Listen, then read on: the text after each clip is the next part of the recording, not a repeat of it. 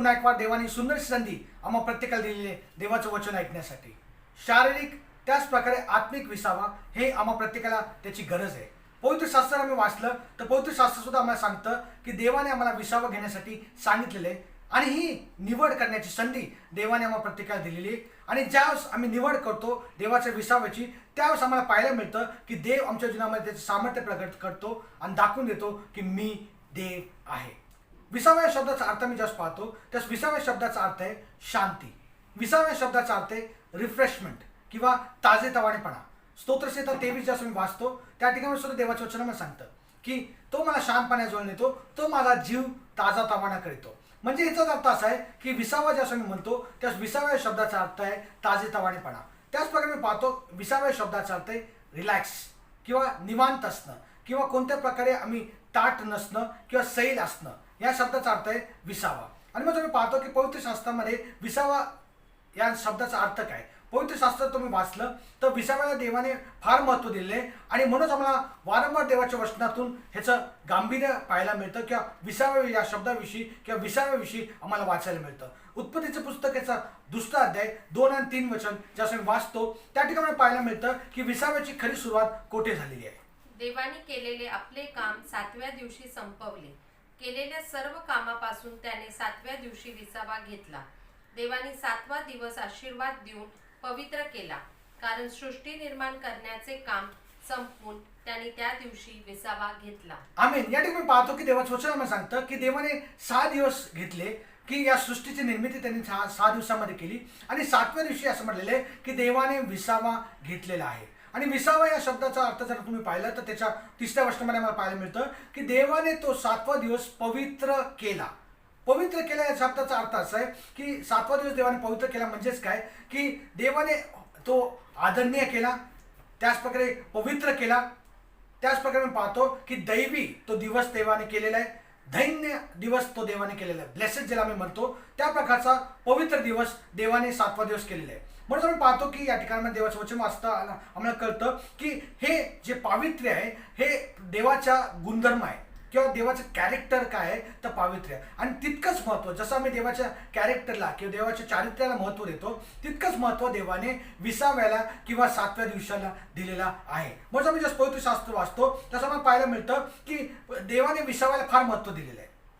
पण आम्ही या जगामध्ये जगात असताना पाहतो की पुष्कळच लोकांनी विसाव्याचं महत्त्व कमी केलेलं. त्यांनी लोकांनी विसाव्याला इम्पॉर्टन्स जे आहे ते कमी दिलेलं आहे. आणि मग मी पाहतो की ज्यास आम्ही विसाव्याविषयी विचार करतो तर या जगाच्या दृष्टिकोनातून ज्या प्रोडक्टिव्हिटीच्या ऑपोजिट किंवा उत्पादकता याचा विरोधात काय असेल तर विसावा आहे. काय काय वेळेस विसावा लोकांनी यासाठी दिलेलं आहे की जेणेकरून त्यांना ऊर्जा प्राप्त होईल, एनर्जी प्राप्त होईल, पुन्हा एक वार आपल्या कामकाजाला त्यांनी सुरुवात करावी यासाठी. त्याचप्रकारे आमच्या दैनंदिन जीवनामध्ये आम्ही जसं दिवसभराचं काम करतो त्या कामाबरोबरच विसावा एक आमच्यासाठी गरजेची गोष्ट आहे, एक नेसेसिटी आहे. त्याप्रमाणे पुष्कळच आम्ही विसाव्याला महत्त्व दिलेलं आहे. पण आम्ही जर पवित्र शास्त्र वाचलं तर आम्हाला पाहायला मिळतं की या गोष्टी आम्ही पाहतो त्या वेगळ्या आहेत. पवित्र शास्त्राच्या दृष्टिकोनातून या वेगळ्या आहेत. देवाने जसं विसावा घेतला त्याचा अर्थ असा होत नाही की देव थकला होता किंवा त्यामुळे त्यांनी विसावा घेतलेला आहे. पुष्कळ आम्ही ज्या विसाव्याविषयी बोलतो त्याचं आम्हाला वाटतं की दिवसभर किंवा आठवडाभर आम्ही फार कष्ट केलेले, श्रम घेतलेले आणि मग 7वा दिवस विसावा. पण देवाच्या विषयी ज्यास आम्ही विचार करतो त्यास देवाने विसावा म्हणजे तो थकला होता किंवा त्याच्या प्रोडक्टिव्हिटीमध्ये किंवा त्याचं जे उत्पादकता आहे त्याच्यामध्ये भर पडावी यासाठी देवाने विसावा घेतलेला आहे. एवढंच केलं नाही तर मला सांगू द्या की देवाने सर्व सृष्टीची निर्मिती केली आणि त्यानंतर 7व्या दिवशी देवाने विसावा घेतलेला आहे. देवाने ज्या विसावा घेतला तो थांबला. त्याच प्रकारे त्याने विसावा घेतला. त्याने यासाठी विसावा घेतला की त्याने आम्हाला एक कित्ता पाडून दिलेला आहे. आमच्या प्रत्येक मानव जातीला देवाने एक कित्ता पाडून दिलेला आहे आणि एक कित्ता असा दिलेला आहे की तो कित्त्यावरून आम्ही प्रत्येकाने चालावं. God has given us an example that we need to follow. म्हणजे त्या कित्त्यानुसार आम्ही देखील आमच्या प्रत्येक जीवनामध्ये वाटचाल करावी ही देवाची इच्छा आहे. मला माहिती आहे की देवाने ही महत्त्वाची गोष्ट आम्हाला घेण्यासाठी सांगितलेली आहे. पण तरी देखील आम्ही पाहतो की पुष्कळ लोक याचं महत्त्व समजत नाही. म्हणून 10 आज्ञा ज्या देवाने दिल्या त्या 10 आज्ञामध्ये 4थी आज्ञा देवाने दिलेली होती.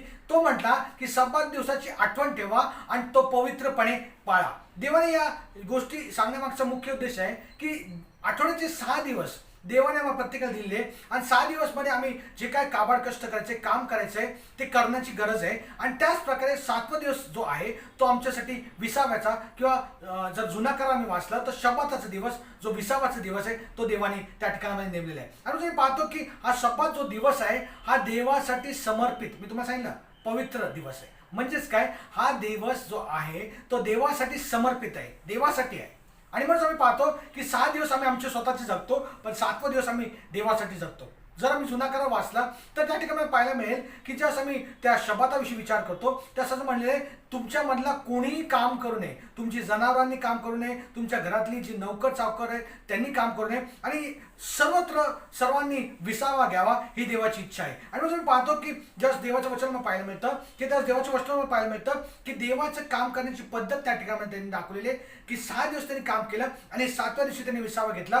त्याच्याद्वारे आम्हाला पाहायला मिळतं की एक वेगळ्या प्रकारचा स्पष्ट दुवा देवाने निर्मितीमध्ये आणि त्याच प्रकारे शब्बात दिवसामध्ये केलेला आम्हाला या ठिकाणी पाहायला मिळतो. आम्ही जर पाहतो की देवाने 6 दिवसांमध्ये सर्व सृष्टीची निर्मिती केली, सूर्य चंद्र तारे निर्माण केले, समुद्र निर्माण केला, समुद्रातील सर्व मासे त्यांनी निर्माण केले, आकाशातील पक्षी निर्माण केले आणि 7व्या दिवशी देवाने विसावा घेतलेला आहे. मला सांगू द्या, पुष्कळ वेळेस मी तुम्हाला सुरुवातीला सांगितल्याप्रमाणे मानव या नात्याने मानवी लोकांनी या जे महत्व आहे किंवा हे जे सत्य आहे त्याच्याकडे दुर्लक्ष केलेलं आहे. आणि मला सांगू द्या, म्हणूनच देवाने त्या ठिकाणामध्ये ज्या आज्ञा दिल्या त्या आज्ञा देताना त्यांनी सांगितलं की त्याची आठवण करून तुम्ही तो पवित्रपणे पाळावा. ह्याचा अर्थ असा आहे की ती आठवण करण्यामागचा उद्देश काय आहे की तो तुम्ही स्मरणात ठेवावा, तो विशेष समजावा.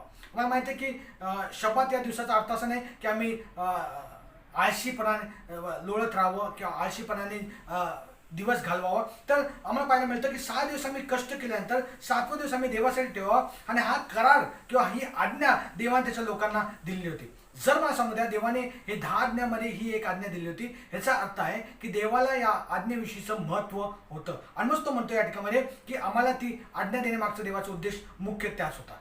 जर निर्गमाचं पुस्तक याचा 31वा अध्याय 16 आणि 17 वचन आम्ही वाचलं त्या ठिकाणी मला पाहायला मिळतं. निर्गम 31:16-17 मध्ये काय म्हटलेलं आहे, इस्रायल लोकांनी शब्बात पाळावा. शब्बात हा निरंतराचा करार समजून त्यांनी तो पिढ्यानपिढ्या पाळावा. देवाने या ठिकाणी सांगितलेले आहे की शब्बात हा निरंतराचा करार आहे. मला सांगू द्या की एक प्रकारचं साइन पोस्ट आहे, हे देवाने जो करार आमच्या संगती केलेला आहे त्याच्याविषयी साइन पोस्ट आहे. आणि हा करार काय माहिती का, देवाचं आणि मानवाचं नातेसंबंधाविषयी हा करार आमच्या प्रत्येक संगती बोलत असतो. म्हणजे जसं मी शब्बाताविषयी बोलतो, जसं मी शब्बात दिवसाविषयी बोलतो, तर त्यावेळेस आम्हाला सांगू द्या की एक प्रकारचं आमचं एक विशेष असं नातेसंबंध जे देवासंगती आम्ही जोडलेले आहे त्याविषयी शब्बात आम्हाला सांगत असतं. मला सांगू द्या, ज्यावेळेस आम्हाला माहिती आहे देवाचं वचन आम्हाला सांगतं प्रभू ख्रिस्त स्वतः शब्बाताचा धनी आहे. म्हणजे आम्ही पाहतो की आता आम्ही जो शब्बात तर शनिवारीच आहे, पण आम्ही रविवारी एकत्रितरित्या देवाच्या मंडळीमध्ये जमा होत असतो. आणि हा दिवस आम्ही ठेवलेला आहे की जेणेकरून आम्ही उपासनेसाठी एकत्रित येऊ शकतो. आणि उपासनेमध्ये जसं आम्ही एकत्रित येतो त्यावेळेस देव त्या ठिकाणामध्ये आम्हाला प्रत्येकाला ताजतवाने करतो, आत्मिकरित्या आम्हाला रिफ्रेश करतो आणि देवाच्या स्वर्गीय आणि दैवी सानिध्याचा अनुभव देव आम्हाला रविवारी जो आम्ही एकत्रित येण्याचा दिवस आहे त्या दिवशी पाळत असतो. मग तुम्ही पाहतो की देवाने जसं आम्हाला शब्बात दिवसाविषयी सांगत असताना किंवा विसावाचे दिवस ज्याशी तो आम्हाला सांगतो त्याच्यामध्ये आम्हाला सांगू द्या की आम्ही जरी आमच्या दैनंदिन जीवनामध्ये पुष्कळच्या तणावातून जात असतो, पुष्कळच्या अडचणीतून आम्ही जात असतो, पण 7वा दिवस जो आहे तो आम्हाला आमच्या कामकाजाला सोडून देवासंगती कनेक्ट करण्याचा दिवस आहे किंवा देवासंगती संधान साधण्याचा दिवस आहे. मला सांगू द्या, देवाची आमच्या संबंधाने एकच इच्छा आहे की देवाचं आमचं नातेसंबंध अतिशय जवळीकतेच असावं, इंटिमेट रिलेशनशिप आमचं प्रत्येकाचं देवाबरोबर असावं, ही देवाची इच्छा आहे. मग मला सांगू द्या की शब्बाताविषयी जसं मी विचार करतो, आता आम्ही शब्बात पाळत नाही, शनिवारी पाळत नाही, तर रविवारी आम्ही एकत्रित येतो आणि देवाची उपासनेसाठी आम्ही जमत असतो. की मी तुम्हाला सांगितल्याप्रमाणे की तो आमच्यासाठी एक आदरणीय दिवस आहे, वेगळा असा दिवस आहे, दैवी असा दिवस आहे, पवित्र दिवस आहे, धन्य दिवस आहे, जेणेकरून आम्ही एकत्रित येऊन देवाची उपासना मंडळी या नात्याने करत असतो. पण मला सांगू द्या, या शब्बाताविषयी जसं मी पाहतो त्या शब्बाताविषयी असं म्हणलेलं आहे की ते फक्त आम्हाला शारीरिकरित्या विसावा देण्यासाठी नाही, तर मला सांगू द्या एक आम्हाला संधी त्याद्वारे प्राप्त होते की जेणेकरून आम्ही देवाच्या अतिशय जवळ जाऊ शकतो. मग आम्ही पाहतो की रविवारचा दिवस जसं मी एकत्रित येतो तसं मला देवाच्या जवळ जाण्याचा अनुभव देव देत असतो. मग मला सांगू द्या, तू आम्हाला देवाने दिलेली एक संधी आहे की आम्ही थांबतो, निवांत होतो, विसावा घेतो आणि त्याच प्रकारे देवाच्या सानिध्यामध्ये ताजेतवाने होत असतो. मला सांगू द्या ह्याचं महत्त्व पवित्र शास्त्रामध्ये फार आहे आणि मला सांगू द्या की पवित्र शास्त्र ज्या आम्हाला सांगतं त्याच्याविषयी आम्ही शिकणं अतिशय गरजेचं आहे. आणि या गोष्टी करत असताना आम्हाला पाहू द्या की आम्ही हे शिकणं गरजेचं आहे की खऱ्या अर्थाने विसावा घेणं काय आहे. पुष्कळ आम्ही पाहतो की जसं आम्हाला विसावा घेण्याविषयी आम्ही पाहतो त्यास विसावा ज्यावेळेस आम्हाला असतो किंवा जो विसाव्याचा दिवस असतो त्यावेळेस त्या दिवशी आम्ही बाकीच्या गोष्टींची प्लॅनिंग करतो. हे करायचे ते करायचे, आता मला माझी सर्व कामं संपवायची, आठवड्याभरातली जी राहिलेली कामं आहेत ती संपवायची, एका मागोमाग आम्ही लिस्ट करतो. आणि मग आम्हाला कळतं की जेव्हा 7वा दिवस संपतो त्यास आम्हाला जाणीव होते की फक्त आम्ही ज्या यादी बनवलेली ती यादी पूर्ण केलेली आहे, पण लोकांना महत्त्व दिले नाही, लोकांच्या संगती जे संबंध आहे ते आम्ही जोडलेले नाही, प्रार्थनेला महत्त्व दिले नाही, देवाच्या वचनाला महत्त्व दिले नाही. पण आम्ही पाहतो या ठिकाणामध्ये जसं मी 7व्या दिवशी विचार करतो किंवा 7व्या दिवसाचा विचार करतो तर बाकीच्या सर्व गोष्टी आम्ही करत असतो. पण मला सांगू द्या की या सर्व गोष्टींमध्ये आम्हाला एकच काय पाहायला मिळते की आम्हाला जे देवासाठी करायचे ते आम्ही करू शकत नाही, पण आम्ही बाकीच्या गोष्टीमध्ये बिझी होऊन जातो आणि बाकीच्या गोष्टीमध्ये आमचा वेळ घालवण्याचा प्रयत्न करतो. मग आम्ही ज्या पवित्र शास्त्र वाचतो आणि ज्या सुवर्तमान आम्ही वाचतो त्या सुवर्तमानामध्ये सुद्धा आम्हाला पाहायला मिळतं की जरी प्रभू येशू ख्रिस्त आपल्या दैनंदिनाच्या दिनाचर्यामध्ये ज्या कामकाजामध्ये प्रभू येशू ख्रिस्त व्यस्त होता, तो एका मागोमाग एक गोष्टी करत होता. या सर्व गोष्टी करत असताना प्रभू येशू ख्रिस्त वारंवार वेगळा होत असे आणि काही वेळ देवाच्या सानिध्यामध्ये घालवत होते. जर पवित्र शास्त्राचं आम्ही पाहिलं, प्रभू येशू ख्रिस्ताच्या जीवनाचं उदाहरण पाहिलं तर मार्क सुवर्तमाने जर आम्ही वाचलं तर त्या ठिकाणी अनेक उदाहरणं आम्हाला पाहायला मिळतं की एका ठिकाणी प्रभू येशू ख्रिस्त त्या सभास्थानामध्ये जाऊन लोकांसाठी बोलत आहे. त्याच प्रकारे आम्ही पाहतो की त्याच्यानंतर तो बाहेर येतो आणि त्या भूताला त्यांनी घालवलेलं आहे आणि भूताला घालल्यानंतर आम्ही पाहायला मिळतं की एक आजारी व्यक्तीला त्यांनी बरं केलं. आजारी व्यक्तीला बरं केल्यानंतर जेव्हा तो बाहेर निघतो त्यास त्याच्या दरवाजाच्या बाहेरच त्याला पाहायला मिळतं सूर्यास्त होण्याच्या पूर्वी लोक जमलेले आहेत त्याचं ऐकण्यासाठी आणि या सर्व गोष्टी तो करतो फक्त एका दिवसामध्ये. मला सांगू द्या प्रभू येशू ख्रिस्तासारखा व्यस्त या जगामध्ये कोणीच नव्हता. तो सकाळी उठल्यापासून संध्याकाळ झोपेपर्यंत पुष्कळसं काबाड कष्ट करत होता आणि हे सर्व गोष्टी तो एका दिवसामध्ये करत होता. मला सांगू द्या इतकं सर्व काही घडल्यानंतर एका दिवसामध्ये तरी देखील पवित्र शास्त्रामध्ये काय सांगतं, मार्क सुवर्तमानाचा 1ला अध्याय आणि 35वा वचन जर तुम्ही वाचलं तर त्या ठिकाणी प्रभू येशू ख्रिस्ताचं उदाहरण आम्हाला पाहायला मिळतं. मग तो सकाळी मोठ्या पहाटे उठून बाहेर गेला व रानात जाऊन तेथे त्यांनी प्रार्थना केली. या ठिकाणी पाहतो की प्रभू येशू ख्रिस्ताने दिवसभर हे सर्व श्रम घेतलेले, सेवा केलेले, त्याचं सर्व जीवन सर्व काही गोष्टी त्या लोकांमध्ये ओतलेल्या आहेत. एवढंच केलं नाही तर आम्हाला पाहायला मिळतं की त्यांनी लोकांची सेवा केलेली आहे आणि मग आम्ही पाहतो की सर्व काही गोष्टी संपल्यानंतर तो वेगळा होतो आणि तो काय करतो माहिती आहे का, त्या ठिकाणामध्ये वेगळा होऊन जाऊन एक असं निवांत अशा ठिकाणामध्ये जातो आणि देवाकडे प्रार्थना करत असतो. आणि मग तुम्ही पाहतो की हा पॅटर्न प्रभू येशू ख्रिस्ताने वारंवार जे शुभवर्तमान आम्ही वाचतो त्या शुभवर्तमानामध्ये आम्हाला पाहायला मिळतो की प्रभू येशू ख्रिस्ताने असाच पॅटर्न फॉलो केलेले आहे की तो लोकांबरोबर सेवा करत असे, मग काही वेळ निवांत जाऊन तो देवाबरोबर प्रार्थनेमध्ये घालत असे. त्याच्या शिष्यांसुद्धा तो सांगत असे की ज्या दिवसभर ते एखादी गोष्ट करण्याच्या मागे सेवा कार्यामध्ये होते, 5 जणांना खाऊ घालत होते. आणि मग आम्हाला पाहायला मिळतं वारंवार पवित्र शास्त्र जसं मी वाचतो तर असं म्हणलेले की प्रभू येशू ख्रिस्त वेगळा होत असे, त्याच्या शिष्यांना घेऊन वेगळा जात असे, मत्स्यामध्ये बसला आणि सरोवरच्या पलीकडे गेला. या सर्व गोष्टी मला पाहायला मिळतं. त्याच्यावर आम्हाला एक गोष्ट पाहायला मिळते की प्रभू येशू ख्रिस्ताने सुद्धा विसाव्याला फार महत्त्व दिलेले आहे. प्रभू येशू ख्रिस्ताला ते विसाव्याचं महत्त्व पाहायला मिळतं. म्हणून आम्ही पाहतो की ज्या मत्ते सुवर्तमानाचा 11वा अध्याय आणि 28 ते 30 वचन आम्ही वाचतो त्या ठिकाणी काय म्हटले, मत्ते 11, 28 ते 30. अहो कष्टी व भाराक्रांत जन हो, तुम्ही सर्व माझ्याकडे या म्हणजे मी तुम्हाला विसावा देईन. मी जो मनाचा योग सौम्य व लीन आहे त्या माझ्या जू अपनावर घ्या व माझ्यापासून शिका म्हणजे तुमच्या जीवाला विसावा मिळेल. आमेन. या ठिकाणी पाहतो की देवाचं वचन आम्हाला सांगतं प्रभू येशू ख्रिस्ताने त्या ठिकाणामध्ये लोकांना आव्हान केलेले, लोकांना त्यांनी बोलावले. तो म्हणतो की तुम्ही थकलेले आहात का, तुम्ही भागलेले आहात का, तुम्हाला सर्व काही गोष्टी ज्या नियमशास्त्रामध्ये करण्यासाठी किंवा जे नियम पाळण्यासाठी सांगितलेले या सर्व गोष्टीच्या द्वारे तुम्ही त्रस्त झालेले आहात का. तो म्हणतो तुम्ही वेगळे व्हा आणि तुमच्या जीवनामध्ये पुन्हा एक वार ताजेतवानापणाचा अनुभव तुम्ही घ्या. मला सांगू द्या तो म्हणतो त्या ठिकाणी माझ्या जवळ या. तो म्हणतो माझ्याबरोबर तुम्ही या, माझ्याबरोबर तुम्ही चाला, तुम्ही माझ्याबरोबर काम करा. यासाठी की मला सांगू द्या तो सांगण्याचा उद्देश हा आहे की मी जशा गोष्टी करतो तशा प्रकारे तुम्ही सुद्धा तुमच्या जीवनामध्ये करा. आणि तुम्ही पाहतो की या ठिकाणी प्रभू येशू ख्रिस्त एक वेगळ्या प्रकारचं जी कृपा आहे, एक वेगळ्या प्रकारचं जी कृपेविषयी प्रभू येशू ख्रिस्त या ठिकाणी सांगत आहे. आणि तो म्हणतो की ज्या काही गोष्टी तुम्हाला त्रासदायक वाटतात, ज्या काही जड वाटतात, तो म्हणतो माझा जीव सोयीचं व हलका आहे ते तुम्ही घ्या. ह्याचा अर्थ आहे की ज्यावेळेस आम्ही प्रभू येशू ख्रिस्ताबरोबर वाटचाल करतो, प्रभू येशू ख्रिस्ताबरोबर चालायला लागतो, त्यावेळेस जे सोयीचं व हलका जीव प्रभू येशू ख्रिस्त आम्हा प्रत्येकाला देत असतो. म्हणजे या ठिकाणी पाहायला मिळतं की तो आम्हाला सांगत आहे की खऱ्या अर्थाने आम्हाला सुद्धा एक प्रश्न आम्हाला स्वतःला विचारायची गरज आहे की आम्हाला खरोखर विसाव्याची गरज आहे का, आम्हाला रिलॅक्स होण्याची गरज आहे का. मला सांगू द्या की विसाव्याशी जसं आम्ही विचार करतो तसं आम्हाला पाहायला मिळतं की प्रभू येशू ख्रिस्ताकडे ज्यास आम्ही येतो त्याच खऱ्या अर्थाने आम्हाला तो विसावा प्राप्त होतो. म्हणून त्यांनी त्या सणाच्या दिवशी आवाहन केलं, म्हटलं तुम्ही सर्व माझ्याकडे या म्हणजे मी तुम्हाला विसावा देईल. हे सांगण्यामागचा त्याचा उद्देश हाच होता की प्रभू येशू ख्रिस्तच खऱ्या अर्थाने आम्हाला विसावा देऊ शकतो. मला सांगू द्या विसावा काय माहिती का, विसावा एक प्रकारची उपासनेचा एक पद्धत आहे. It's an act of worship.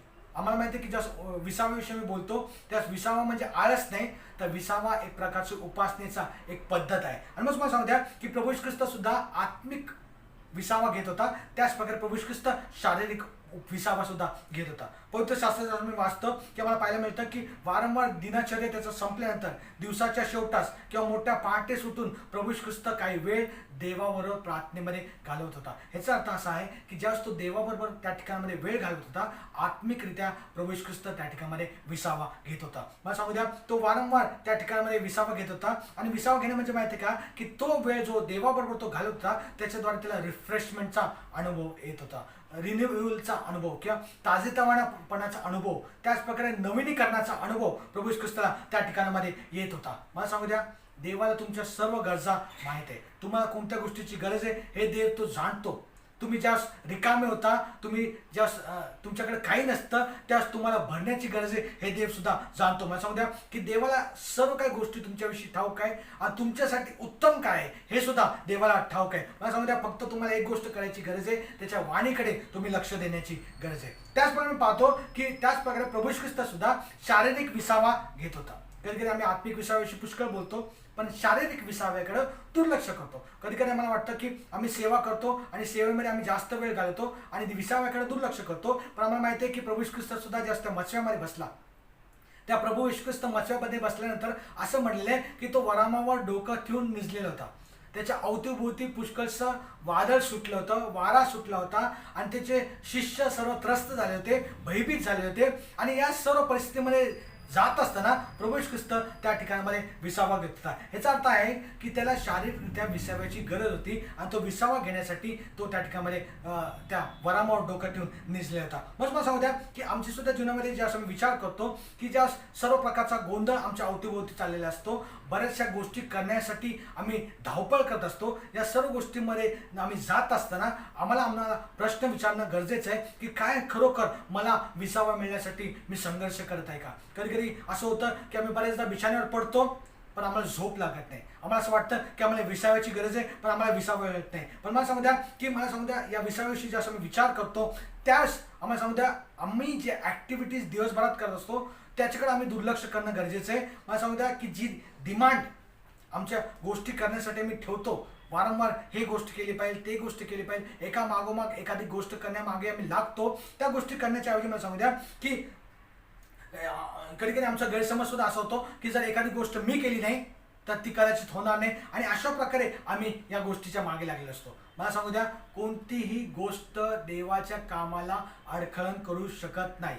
देवाला जर एखादी गोष्ट तुमच्या जीवनामध्ये करायची असेल तर ती झाल्याशिवाय राहणार नाही. मला सांगू द्या पण देवाची इच्छा हीच आहे की ज्या तुम्ही आत्मिकरित्या, त्याचप्रकारे शारीरिकरित्या, त्याचप्रकारे भावनिकरित्या तुम्ही विसावा घ्यावा. ज्यावेळेस तुम्ही देवाचा उद्देश तुमच्या जीवनामध्ये पूर्ण करण्यासाठी श्रम करत असतात, कष्ट घेत असतात, तर देवाची इच्छा मुळीच नाही आहे की तुमच्या शरीराकडे किंवा तुमच्या शारीरिक विसाव्याकडे किंवा आत्मिक विसाव्याकडे किंवा तुमच्या जे भावनिक विसावा आहे त्याच्याकडे तुम्ही दुर्लक्ष करावं. ही देवाची मुळीच इच्छा नाही. म्हणून तो तुम्हाला आज्ञा करतो आणि म्हणतो तुम्ही सर्व माझ्याकडे या आणि मी तुम्हाला विसावा देतो. मत्तेय सुवर्तमानाचा जर तुम्ही 6वा अध्याय आणि 31 ते 34 वचन वाचलं तर त्या ठिकाणी त्यांनी म्हटलेले तुम्ही कशाच्या विषयीची काळजी चिंता करू नका. आणि देव या ठिकाणी मला सांगत आहे की तो म्हणतो की तुम्ही माझ्यावरती विश्वास ठेवा, माझ्यावरती भरोसा ठेवा. आणि मला सांगू द्या याच्याच अर्थ असं आहे की देव आम्हाला आव्हान करत आहे की आम्ही ज्या त्याच्यामध्ये राहतो त्याच खऱ्या अर्थाने आम्हाला विसावा प्राप्त होतो. मला सांगू द्या पुष्कळ आम्हाला जो विसावा आहे तो नैसर्गिकरित्या किंवा नॅचरली आम्हाला प्रत्येकाला विसावा प्राप्त होत नाही. पण मला सांगू द्या, देव आम्हाला आज्ञापितो आणि म्हणतो तुम्ही विसावा घ्या. मला सांगू द्या की ज्यावेळेस आम्ही विसावा घेतो त्यावेळेस आम्ही एक प्रकारे दाखवून देत असतो की देवाच्या हातामध्ये सर्व गोष्टीचं नियंत्रण आहे. God is in control of everything. ज्यावेळेस आम्ही विसावा घ्यायच्याऐवजी आम्ही सर्व काही गोष्टी स्वतःहूनच करण्याचा प्रयत्न करतो, याचा अर्थ असा आहे की आम्ही त्या गोष्टी करण्यामागे दाखवून देतो की आम्ही केल्याशिवाय त्या होणार नाही. पण ज्यावेळेस आम्ही विसावा घेतो तसं आम्ही दाखवून देतो की देवावरती आम्ही अवलंबून आहे आणि मला माहिती आहे की देव त्या गोष्टी करणार आहे. आणि देवाची इच्छा हीच आहे की आम्ही अशा प्रकारे त्याच्यावरती अवलंबून राहावं आणि विसावा त्याच्यामधले घ्यावा. ज्यावेळेस प्रभू ख्रिस्त त्या ठिकाणामध्ये म्हणतो की तुम्ही सर्व माझ्याकडे या म्हणजे मी तुम्हाला विसावा देईल. मला सांगू द्या, तो आम्हाला सांगण्याचा प्रयत्न करतोय की तुम्ही माझ्याकडे या. तो आम्हाला इन्व्हिटेशन देत आहे आणि इन्व्हिटेशन देत आहे यासाठी की आम्ही त्याच्यावरती विश्वास ठेवा.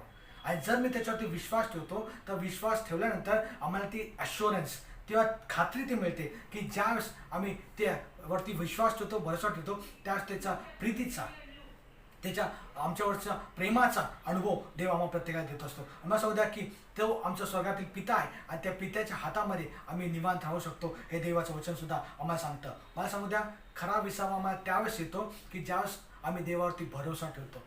We trust God.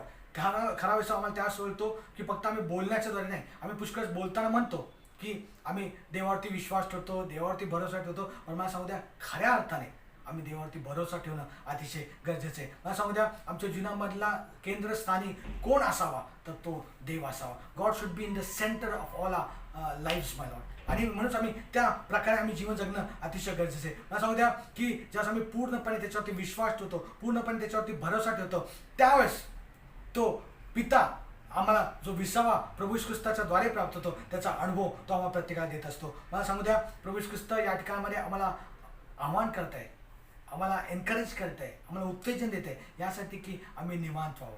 प्रभू ख्रिस्त आम्हाला यासाठी उत्तेजन देते की आम्ही विसावा घ्यावा. आमचे सर्व काळज्या, चिंता, ज्या आमचे गोष्टी आम्हाला त्रस्त करतात, ज्या गोष्टी आम्हाला बेचैन करतात, ज्या गोष्टीमुळे आमचा वेळ आम्ही त्याच्यामध्ये घालवत असतो, त्या सर्वात आम्ही बाहेर निघावं आणि प्रभू ख्रिस्ताने दिलेल्या आमंत्रणाचा आम्ही स्वीकार करावा. मला सांगू द्या, ज्यावेळेस आम्ही प्रभू ख्रिस्ताविषयी विचार करतो तर प्रभू ख्रिस्तच खऱ्या अर्थाने आम्हाला पूर्ण विसावा देऊ शकतो. आमच्या सर्व काळज्या चिंतातून, आमच्या सर्व प्रश्नातून अडचणीतून, सर्व गोष्टीतून फक्त प्रभू ख्रिस्त आम्हाला विसावा देऊ शकतो. जर तुम्ही दुःखी होता, जर तुम्ही दुखावले गेलेले आहात, तुम्ही हर्ट आहात, तुम्हाला एखाद्या गोष्टीमुळे तुम्ही अस्वस्थ आहात, बेचैन आहात, तुम्हाला एखाद्या दुःखाला तुम्ही सामोरे जातात, तर या सर्व गोष्टीतून प्रभू ख्रिस्त तुम्हाला विसावा देतो. जर तुम्ही आठवड्याभर पुष्कळ काबाड कष्ट केले, पुष्कळ श्रम केलेले आणि तुम्ही पुष्कळ बिझी झालेले आहात, पण मला सांगू द्या, तो 7वा दिवस जो देवाने आमच्यासाठी ठेवलेला आहे, एकत्रित येऊन देवाची उपासना करण्याचा, तो दिवस आम्ही पाळणं अतिशय गरजेचं आहे. आणि त्याच्यातून, आमच्या सर्व त्रासातून, आमच्या सर्व श्रमातून त्याच्याद्वारे आम्हाला विसावा मिळणार आहे.